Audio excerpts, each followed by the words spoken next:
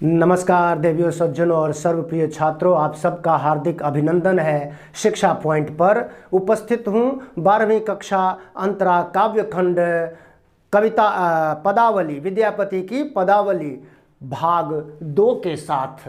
दूसरा पार्ट है ये। तीन छोटे छोटे पद हैं। तो पहले पद की व्याख्या आदि हम देख चुके हैं, दूसरे पद की चर्चा करेंगे। जन्म और इनके साहित्यिक और रचना से संबंधित बातें हम पहले भी कर चुके हैं, पहली वाली वीडियो में, पार्ट 1 में। इसके अंदर देखते हैं इसका प्रतिपाद्य संदर्भ प्रसंग क्या है। तो ये सेम विद्यापति जी की पदावली से संकलित है ये पद।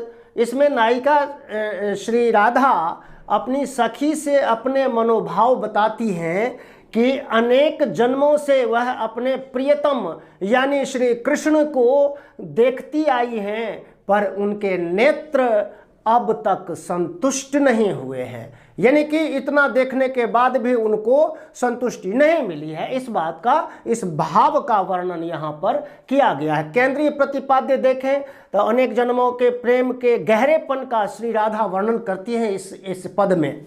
विद्यापति जी राधा के माध्यम से ऐसा वर्णन करते हैं। फिर सच्चे प्रेम का भी वर्णन करती हैं स्वयं राधा, और प्रेमानुभूति की गहराइयों को इस पद में बहुत अच्छे से चित्रित किया गया है, प्रतिपादित वर्णित किया गया है। देखते हैं इसकी व्याख्या।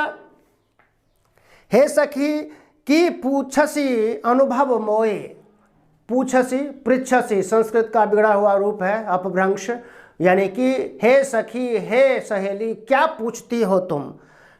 अनुभव मोए, मेरा जो अनुभव है प्रेम के बारे में, कृष्ण के बारे में, उसके बारे में तुम क्या पूछो। सेह पीड़ित अनुराग बखानिय तिल तिल नूतन होए। उनका जो स्नेह है, जो प्यार है, स्नेह पीड़िति यानी प्रेम, प्रीति, अनुराग, अपनापन, बखानीय, जितना भी बखान किया जाए, जितना भी उनके बारे में चर्चा की जाए, तिल तिल नूतन होए, वो उतना ही नया दिखने लगता है। जितनी चर्चा करो उसमें एक नयापन आ जाता है, उसमें एक ताजगी आ जाती है और मन को आनंददायी वस्तु उपस्थित हो जाती है। फिर जन्म अवधि हम रूप निहारल। जन्म अवधि, पूरा जन्म यानी अनेक जन्म, या पूरे जीवन काल में अपनी इन आँखों से निहारल, देखा किया, देख रही हूँ। नयन न तिरपित भेल, फिर भी नयन, मेरे नेत्र तिरपित यानी संतुष्ट नहीं हुए, मेरी आँखें संतुष्ट नहीं हुई। और सेहो मधुर बोल श्रवणहि सुनल, श्रुति पथ परस न गेल।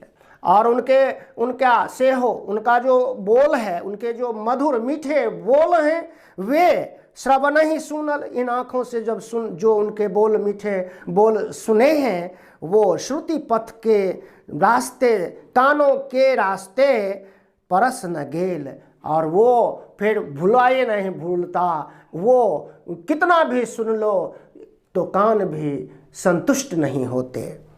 कत मधु जामिनी रभस गमाओली, न बूझल कैसन केली। और अब चूंकि श्री कृष्ण मधुपुर मथुरा चले गए हैं, और ऐसे में वो विरहिणी नायिका का जो दुख है, उसकी जो पीड़ा है, उसका वर्णन करती है कि कत मधु जामिनी रभस। और मधु काल में जो रातें होती हैं, रात्रियां होती हैं, रातें होती हैं, वो रमण के लिए होती है। रभस यानी कि वो प्रेमानुभूति के लिए होती है। गमाओल, उसको गंवा दिया। न बूझल कैसन केली, मिलन क्या होता है ये भी नहीं ठीक से समझ पाए, है ना। मिलने का आनंद क्या होता है ये भी ठीक से समझ नहीं पाए। लाख लाख जुग ही राखल, हृदय में, दिल में बसा करके लाखों जुगों से, जन्म जन्मांतर से, तैयो ही जरनी न भेल। फिर भी ये जो दिल है, ये जो हृदय है, वह जरनी न भेल, जुड़ाया नहीं, संतुष्ट नहीं हुआ, तृप्त नहीं हुआ। कत विदघद जन रस अनुमोदय, अनुभव काहू न पेख। अब यहाँ इस पंक्ति में, सेकंड लास्ट पंक्ति में राधा कहती है कि कत विदगध यानी कि जला हुआ हृदय जन रस, जो प्रेम की जो अनुभूति है, प्रेम रस को जो पीने वाले लोग हैं वह बहुत अनुमोदन करते हैं, उसकी प्रशंसा, उसकी चर्चा बहुत करते हैं। अनुभव काहू न पेख, लेकिन उसका जो सच्चा अनुभव है, सच्चे प्रेम का जो अनुभव है वह कोई देख नहीं पाता है। राधा अपने लिए भी सखियों से कहती है कि मेरा जो प्रेम का अनुभव है, इतना जो बिछोह का दर्द है, ये कोई अनुभव नहीं कर सकता। वास्तव में यही यहाँ पर कहने का उनका तात्पर्य है कि इतने जन्म जन्मांतरों से इतना देखने के बाद भी, इतना संग साथ रहने के बाद भी मिलन की आस, मिलन की प्यास अब भी बनी हुई है। और क्योंकि अब तो विरह वेदना ज़्यादा बढ़ गई है, तो अब यहाँ अंतिम पंक्ति में कहते हैं, विद्यापति कह प्राण जुड़ाईते लाखे न मिलल एक।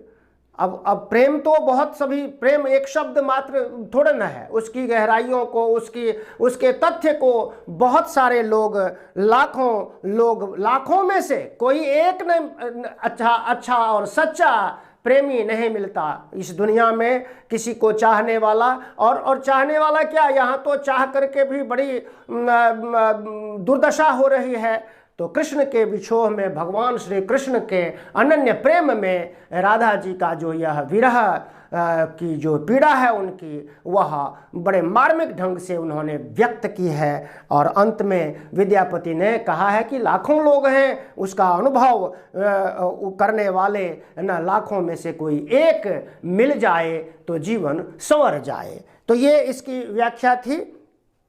कहने का अगर फिर से अगर निचोड़ रूप में देखें तो यहाँ पर बहुत जन्मों से उन्होंने, राधा ने कृष्ण को देखा है, फिर भी उनकी तृप्ति नहीं हुई है, वो सेटिस्फाइड नहीं हुई हैं। इसीलिए देखिए इसका आगे ये व्याख्या करने के बाद प्रश्नों की चर्चा अंतिम पार्ट में करेंगे, उसके बारे में भी, प्रश्नों के बारे में भी बात करेंगे, जिससे कि आप सबको बहुत ही आसानी हो जाए।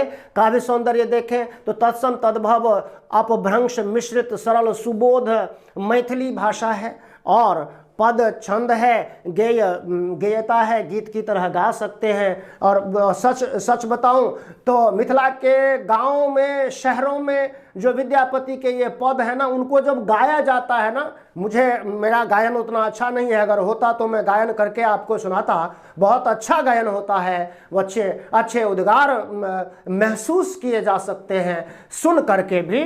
तो ये इतना गेय है, ये गीत गाने लायक पद हैं। अनुप्रास अलंकार की शोभा है, कतिपय स्थलों पर एक जगह श्रुति पथ रूपक अलंकार भी है, और अनुप्रास तो पूरे पद में होता ही होता है, जहाँ वहाँ हर जगह पुनरुक्ति प्रकाश अलंकार भी है, लाख लाख तिल तिल, है ना, ऐसे जो शब्द बार बार आए हैं वहाँ पर जो है पुनरुक्ति प्रकाश अलंकार भी है। और विशेष देखें तो नायिका श्री राधा का श्री कृष्ण के प्रति अनन्य प्रेम प्रतिपादित किया गया है। श्री कृष्ण का मनभावन स्वरूप राधा के मनोजगत में गहरे बसा हुआ है। इतना लिखना है आपको, और इसके पूरे नंबर आप प्राप्त कर लेंगे। धन्यवाद, नमस्कार। एक बार फिर से ये निवेदन करता हूं कि अगर आप मेरी वीडियो देखने में समय लगाते हैं तो निश्चित रूप से सब्सक्राइब ना किया हो तो सब्सक्राइब कर लीजिए, बेल आइकन को भी दबा दीजिए। धन्यवाद, नमस्कार, जय हिंद, जय भारत, जय भारती।